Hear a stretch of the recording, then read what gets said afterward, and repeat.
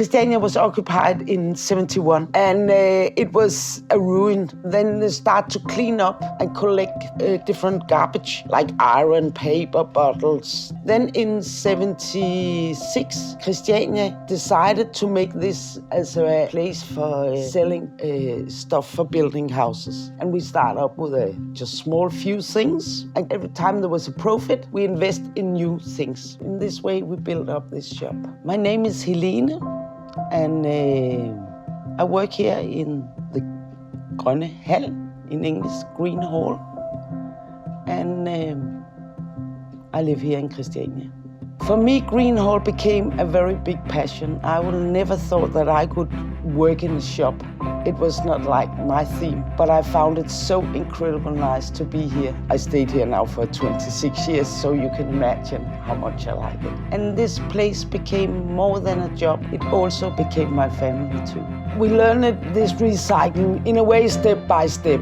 For example, all the things for making electricity. It's quite expensive. Why don't you want them half price? Why do you want the most fantastic plastic? Often the old stuff is more beautiful. It's made in a much better quality. In Denmark in the 50s, in the 60s, when all this plastic came in, people just want new stuff.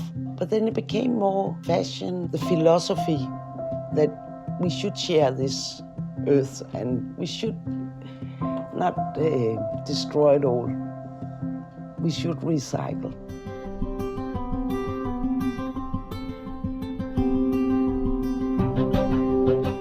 Well, I think the young people are a little more clever than we were. They build in a very good quality. But we have a problem with the young kids because we are not allowed to build any more houses.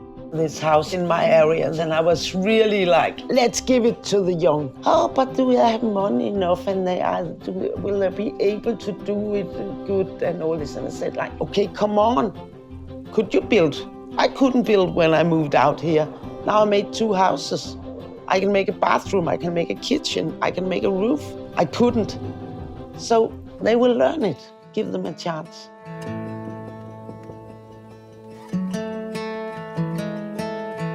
We've been given 2/3 of this house, where we are trying to build a community where we can live. Unfortunately, there are not enough space for that many people as it is at the moment. We all agree that we want to live together with as many different people as possible. This house is owned by the government, and they want to keep it like a museum because this is the last house that hasn't been changed since the military time. Mm-hmm. And we want to build up and make more space so more people can live here. I think that the most important for people to flourish is to be able to communicate properly. Mm-hmm. And people have personal lives and families and jobs, and unfortunately only meet at these area meetings that's once a month. And usually people disagree at these meetings. We need to have more communication and community activities other than meetings. And you will be so happy and you will be so proud. Take it little by little and go like Winnie the Pooh. Dream about what you want and it will come. That is a tradition. It started in Norway, when Denmark and Norway was the same country. And iron stoves is normal in a country that is close to the sea, because the tile stoves, they're not so good when you have the change in temperature with the humidity. That makes them move and crack. So therefore you have to have more of an inland climate for having tile stoves. This is the technical explanation. Tradition is much more a reason for it. My name is Torbjørn Thomsen, and we are in Christianії in the good old wood workshop and stove workshop that has existed here since 1974. So they start to come here and sit and have a cup of tea. Well, of course there are routines, but it's basically you have to play it along like how it happens, like waiting for somebody to call, and then okay, then you have maybe have to go and look at a stove, maybe you have to go and pick up a stove that has to be restored, and try to contact customers around the world and see if they want any more stoves. We started as a wood workshop doing furniture and so on. Then we started with the stoves because there was a need for it in Christianії. People were looking for them. It used to be the only kind of heating in Christianії because there was no central heating system. You were not allowed to use electrical heating because the electrical system couldn't take it. It would break down if you started using too many electrical heaters. And now it's not even Denmark. Now it's around the world. I mean, we don't sell many stoves in Christianії anymore. We used to sell many, and in Denmark we don't sell many either anymore. So we export Japan to US, wherever. Germany used to be our biggest market. Still is, actually. So we used to go every month to antique markets in Germany and so on, selling the stoves and the furniture. So we don't do that anymore. It doesn't pay off. But we still go to Germany like a couple of times every year with a load of stoves. We started as a wood workshop, and then it became something totally different after that. Then it became a passion, then it became art, then it became like the whole culture in the stoves, like that became the interesting thing.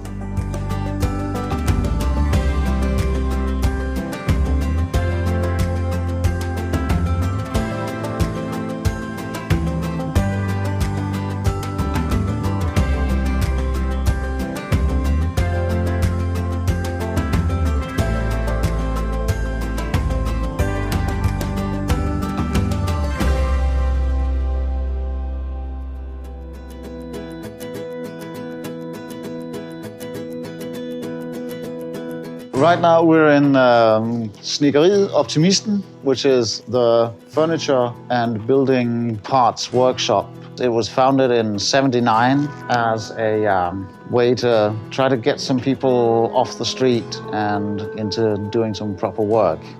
My name is Viggo Wickman. I take care of the restoration and all the strange and crooked and less ordinary things. People still have wooden windows and doors, but they're just made in another part of the country where it's cheaper to fabricate. And they're made in large amounts on large factories. And this is a small workshop that does special designs. A lot of houses in Copenhagen are built between, say, 1860 and 1930 was the big build boom of Copenhagen. So there would be a carpenter on every single house that had his special tools. So every little detail in every house is different from the next house. And a lot of them are heritage listed, which means you can't change the outside appearance. So you can't just buy new, cheap doors from the factories and put in. You need people like us to recreate them with the original patterns. We have a lot of those types of house builders and carpenters that just do their work, put up their fucking plasterboards and go drink beer afterwards. We have a lot of those too. Not so many here in Christianії. I guess we're here out of a bit more of a passion for old things and for wood. Yeah.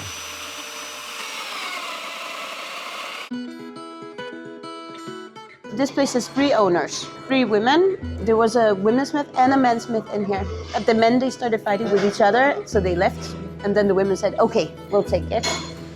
There are plenty of places where men can work. This is for women. I was actually a welder before I got here. When I was done with my education, I was here as a tourist, and I saw this place, and I was like, wow, I want to work here. So I started begging them for a job until they gave me one. The only thing about being a woman welder is when you're pregnant, you're not allowed to weld. I have 2 girls. I have had my breaks in work life. I have taught them both how to weld. The biggest one is 12 and the small one is 5. And they both think it's funny. I make tiny angels. They're very simple and very fun to make because you just cut out the pieces and then you form it like you want to. A lot of people buy these signs, like tourists, because it's like a small souvenir that you can bring home easily. We get a lot of money from bigger customers, where we make window walls to divide rooms into 2. So really big walls made out of windows. That's very popular right now because the apartments in Copenhagen aren't very big. So if you want to divide up a room, then you need something with light through it. I had to make a ladder to climb up, and it kept being wrong, and I couldn't figure out why. It was just wrong all the way through. And when we gave it to the person who ordered it, and I think, this is shit. And they were like very happy with it. Oh, it's so beautiful and it's very good. So like, thank God. I have given some courses in welding, but normally it's just people we know that say, I really want to try this. Do you have time? And then I stay after work and they can try it a bit.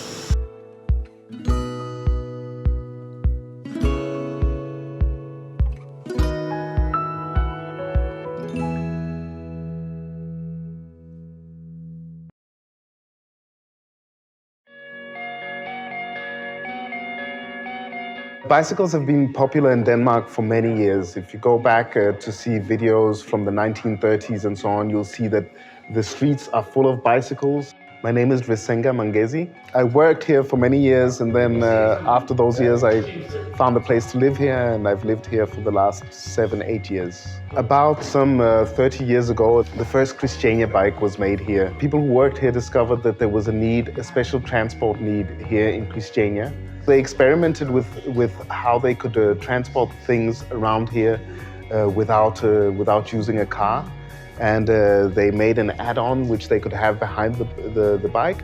Then they got the idea of moving the trailer up front and having a box in front of the bike. And that was how the Christianії bike started. Most of our bikes, like 80% of our bikes, go to standard Copenhagen urban families with 2 kids that use it in their daily life.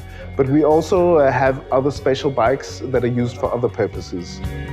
My name is Anna. I work with homeless people, and I'm out here at Christianії today because I have been working together with these people to build different kind of bikes. One for homeless people to sleep in, and we used original Christianії bikes to go on the street, do some street works. So we bring out food and sleeping bags and coffee, and and sometimes we bring the people in the bike so we can go around different kind of places.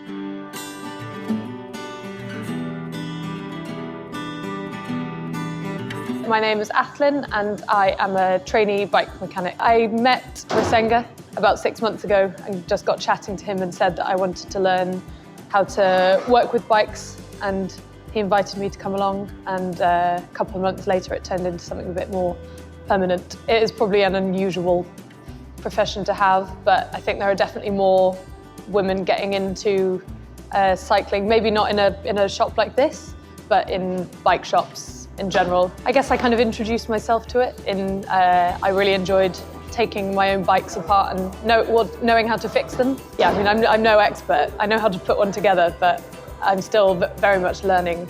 This is a great place to learn because everyone's very willing to teach and is very open to kind of giving you a hammer and some tools and just letting you go wild. It's always been natural for people in Copenhagen to use the bicycle. I think for Copenhageners, it turns out to have several benefits. First of all, in a city like Copenhagen, it's often faster because you don't sit in traffic queues.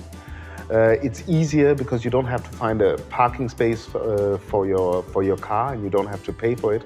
And then you have the added value that you also get to exercise while you're doing it. So instead of driving your car around all day and then spending an hour at a spinning exercise in a fitness center, you actually combine these things and bike around the city.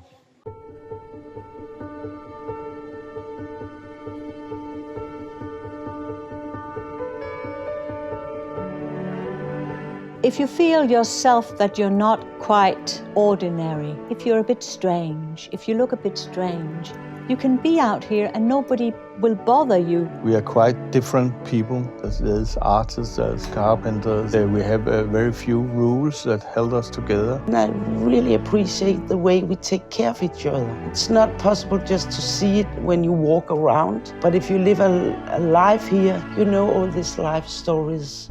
And you always meet new friends, new relations. Christianії has not been written down, this is Christianії. It's made out of so many different people, and I don't have to follow any guidelines, you know. I want to be free in what I'm doing. There is a very creative ambient here. People are sort of allowed to do more or less what they like as long as they are responsible towards others. I think we just happen to find each other here in this community. I'm very proud of living here. I'm very proud that be a part of building up this small town.